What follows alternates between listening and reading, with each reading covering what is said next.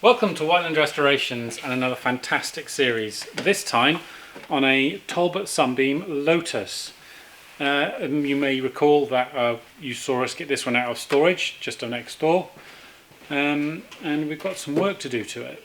Would you like to know a useless fact about a Sunbeam? I love useless facts. Well, this is actually a shrunk Hillman Avenger. What? Yeah, when they needed to make a hot hatch version of the cars that they had in the range, they basically got a Hillman Avenger and cut a few bits out and squashed it together and made a hot hatch. That's mad. It is madness. It's what was happening in the 70s. And where did Lotus come in on this? Well, Chrysler, they own Talbot, and they got in touch with Lotus and asked to make basically a rally version. And they popped in a 2.2 litre Lotus Type 911 engine, which is awesome. Did the suspension, made it stiffer, bigger anti-roll bars, but they also put in a bigger gearbox, which they used a hammer on the production line to install. Typical sort of 80s engineering then. 80s engineering. Well, they also made a cutout for the fan with a hacksaw blade, I think, which is quite good. But to be honest, it made one of the most sought after rally cars of the 80s.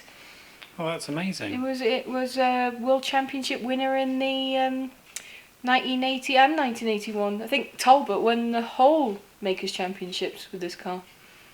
So it's got some proper heritage. Provenance. Provenance. Well, that's great.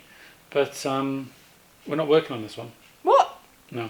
You're joking? I'm not joking. What are we working on? That one. We have another one? We have another one right behind us. Oh my God, look at that. They're like bloody buses.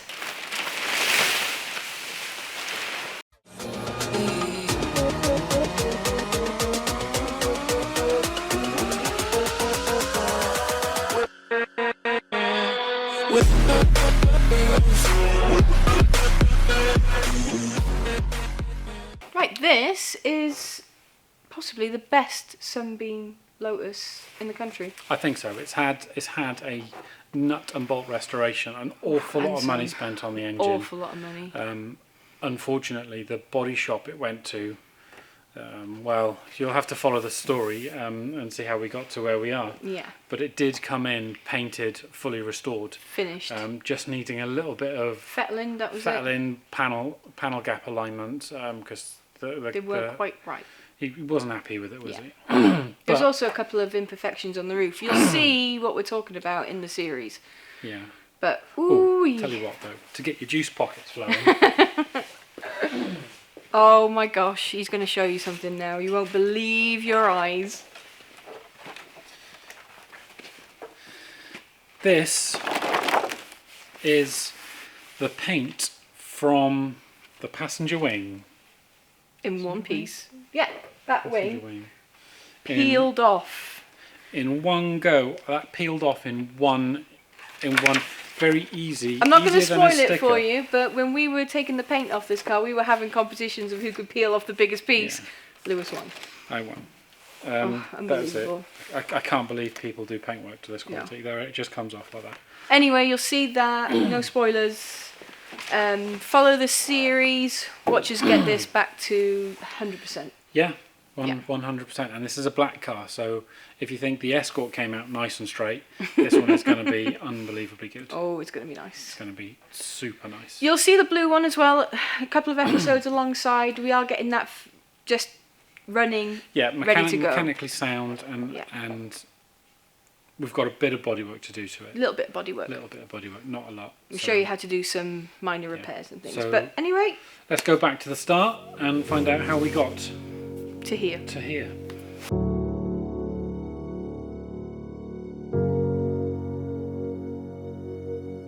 Let's go hunting for defects. Should we start at the front? Looks okay, but I don't know if you can see this huge gap here. You can fit your finger in there. Look at that. And on the other side it's not so gappy. Normally this would be due to headlight adjustment, but But it just does not fit. No. So we'll be looking at what's causing that, and we will fix it.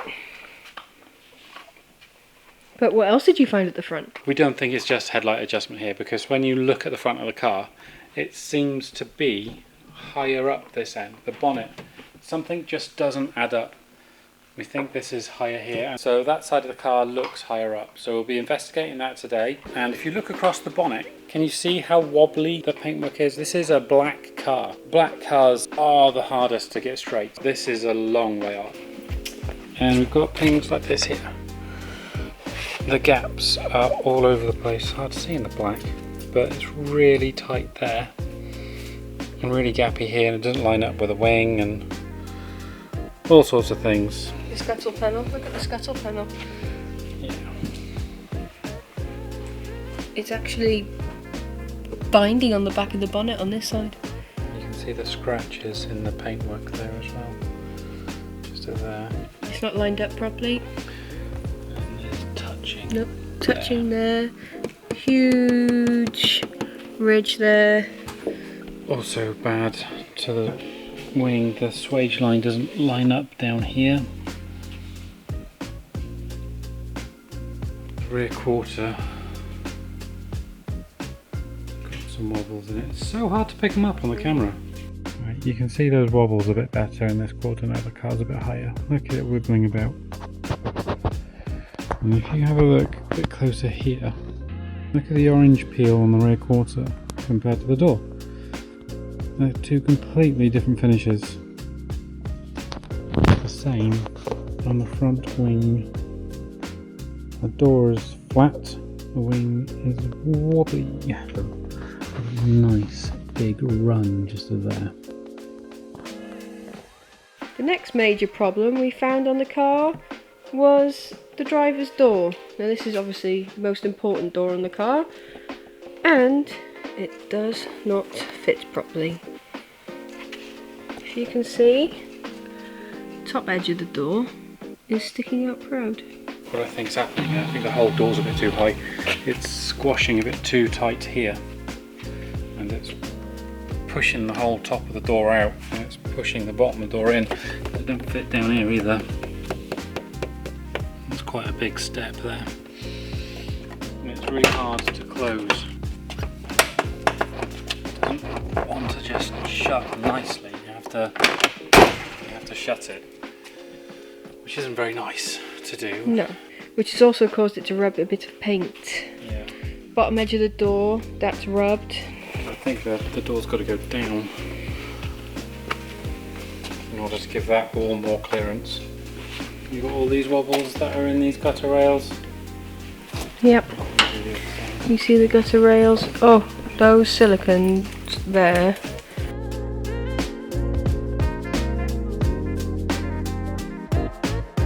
Yeah.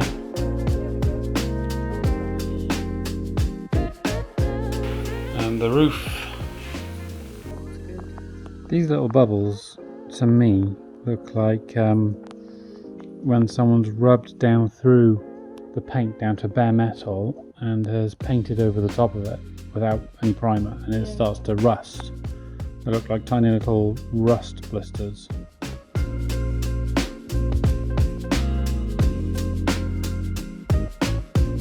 But I guess we'll find out when we start digging through it. It's really hard to show you on film how it looks in reality. It might look a tiny bit off on film, but in reality it's not right, is it? It's not right at all. Too many defects. So the customer who owns it, he has nice cars. He has very, very nice cars, perfect cars. Like, yeah, he wants the best for his cars. He wants concourse level cars, and this is not a concourse level car. It is a bit wobbly. I wouldn't. If this was my car, I'd be doing exactly what we're doing. So, especially as it's got a good amount of value to it now, these Talbots. So, yeah. So the first thing we've got to find out is what's going on here. What's going on with this front end? Why is it higher here? Why are all the gaps off? Why is everything not lining up? So we'll find out that first. Well, after we tear all the lights and bumpers and grills and stuff off of it. And So Leanne's going to tackle the front end, strip it all off, bag it up, box it up, label it. I'll do the back end. Stickers off. Stickers off. We'll find out what's wrong with the front. We'll get everything regapped. We'll get everything all lining up nice. I feel we're jabbering on a bit. Let's get on with it. Let's take this front off. You get on with it. I'm going for lunch. See ya. Bye. Bye.